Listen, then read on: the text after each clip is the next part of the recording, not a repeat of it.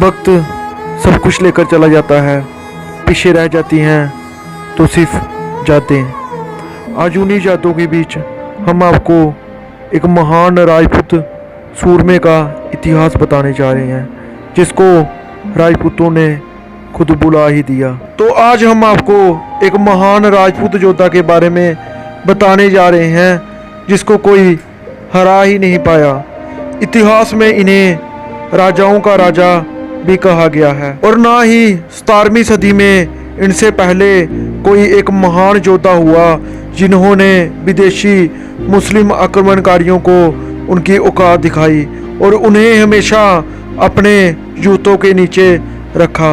ये सच्चाई और इतिहास है भारतवर्ष और जम्मू के महान राजपूत सपूत और महान राजपूत योद्धा राजाओं के राजा श्री द्रुपदेव जम्वाल जी का।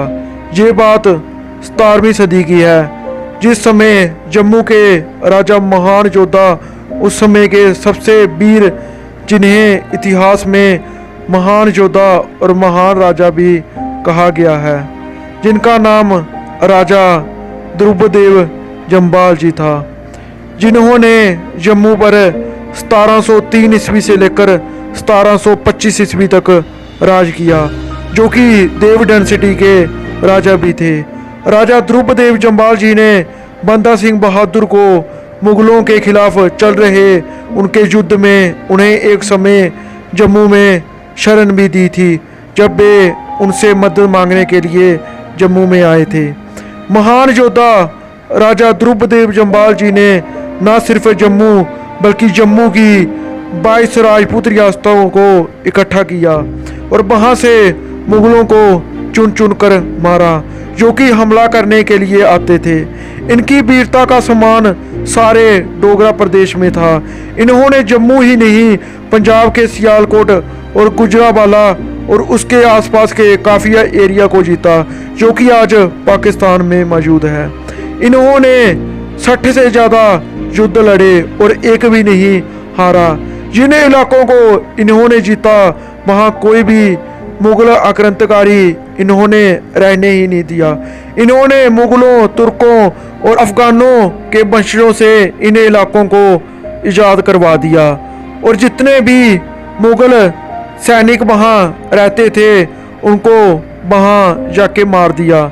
इनका कहना था कि ये एक आक्रांतकारी हैं और आक्रांतकारियों को सिर्फ मौत मिलनी चाहिए, फिर चाहे उसके कोई भी पीढ़ी हो। इन्होंने सिर्फ जम्मू ही नहीं, जम्मू कश्मीर की 22 डोगरा राजपूत रियासतों और पंजाब के सियालकोट और गुजरात और पाकिस्तान के कब्जे वाले सभी आक्रांतकारियों और उनके वंशजों को वहां से मुक्त करवा दिया। मुगलों की तो सांस रुक जाया करती थी जब वे राजा द्रुपदेव जी का नाम सुनते थे। आज जो भी मुस्लिम कॉलोनियाँ जम्मू में है वो सब 1947 में महाराजा हरि सिंह जी के बाद बसाई गई। इन्होंने जम्मू का राज्य दी मंडी यानी कि पुरानी मंडी या राजा मलदेव जम्वाल जी की मंडी से शिफ्ट करके 2 किलोमीटर आगे ले गए, जिसे आज मुबारक मंडी भी कहा जाता है। इन्होंने मुबारक मंडी जैसा सुंदर महल भी बनाया, जिसको देखने के लिए पूरे जम्मू कश्मीर के लोग आते हैं। इनके समय जम्मू राज्य सारा चारों तरफ से बेहद बड़े और मजबूत दीवारों से घिरा हुआ था और सुरक्षित कर दिया गया था। इन दीवारों में 4 दरवाजे थे, जिन्हें आज भी जम्मू में देखा जा सकता है। एक का नाम है जोगी गेट, दूसरा महेशपुरी गेट, तीसरा गुम्मट गेट और चौथा डैनिस गेट। जहां इनका राज था वहां सभी दीवारें तोड़कर जम्मू शहर को बसाया गया है। बस ये 4 गेट ही बचे हैं। थोड़ा दीवारों का हिस्सा आज भी मुबारक मंडी महल के पीछे देखा जा सकता है। राजा द्रुपदेव जी के समय में कोई भी मुगल सुल्तान ऐसा नहीं हुआ जो जम्मू और जम्मू की 22 राजपूत रियासतों की तरफ आंख उठाकर भी देख सके। इन्होंने ही सभी 21 डोगरा राजाओं को अपने साथ मिलाया ताकि जिसका फायदा इनके बड़े बेटे रंजीत देव जम्वाल को मिला, जो बाद में जम्मू की सभी राजपूत रियासतों के महाराजा रंजीत देव सिंह जम्वाल कहलाए। राजा द्रुपदेव जी के 4 बेटे थे।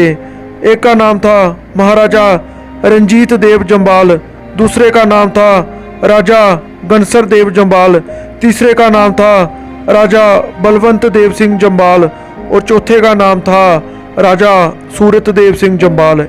इन्हीं से आगे वाले वंश में महाराजा गुलाब सिंह जम्वाल जी हुए, जिन्होंने डोगरा राज्य और जे.एंड.के राज्य बनाया। ये एक इकलौता ऐसा राज्य था जिसको भारत की आज़ादी से पहले एक राजपूत राजा ने मिलाया, जिसकी सीमाएं पीओके, लेह, लद्दाख, गिलगिट, बल्टिस्तान और हिमाचल तक फैली हुई थी। राजा द्रुपदेव जम्वाल जी जैसे महान योद्धा का नाम जम्मू के इतिहास में अमर है।